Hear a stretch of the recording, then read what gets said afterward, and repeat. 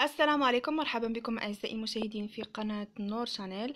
فيديو اليوم هو علاج للشخير. كما تعلمون الشخير ليس له هناك عدة أسباب للشخير، من أهمها أن السمنة تسبب الشخير، لكن هناك أناس أيضا لديهم يعانون من هذا المشكل، مع أنهم لا يعانون من السمنة نهائيا وأبدا، بل يعانون من مشكل في جيوب الأنف.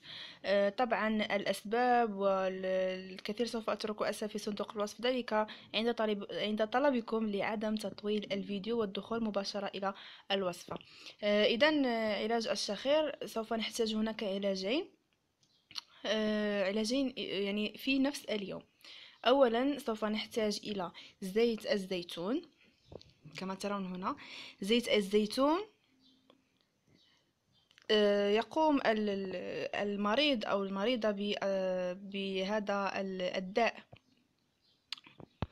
بأخذ القليل من زيت الزيتون وتسخينها قليلا فقط، وبعد ذلك تقومين بإدخالها إلى أنفك بمساعدة شخص آخر. يمكن الاستلقاء على ظهرك وتقطير بضع قطرات من الزيت على أنفك. تظلين لمدة 10 دقائق، وبعد ذلك الزيت سوف تنزل لوحدها، وإذا كان هناك حتى أوساخ أو أي شيء سوف ينزل بإذن الله.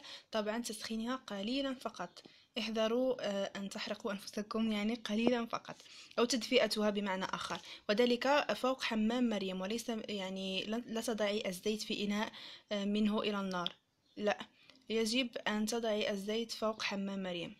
أسف على اللغة.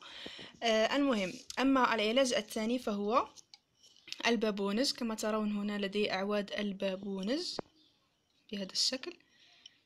البابونج تقومين بالتبخير به أو استنشاق هوائي، تضعين مثلا في ورق وتقومين باستنشاق ذلك الدخان الطالع من البابونج، أو تضعينها في مبخرة تقوم باستنشاق ذلك الدخان الطالع من البابونج، وإن شاء الله سوف ترى نتيجة جميلة جدا.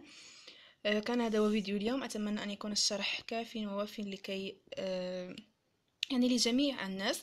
أي سؤال أو استفسار اتركوه أسفل في التعليقات، سوف أجيب عنه في الحال. لا تنسوا مشاهدة آخر فيديو قمت بالتحدث فيه عن شيء أو عشبة استعملتها شخصيا لعلاج السحر والمس والعديد من المشاكل التي كنت أعاني منها.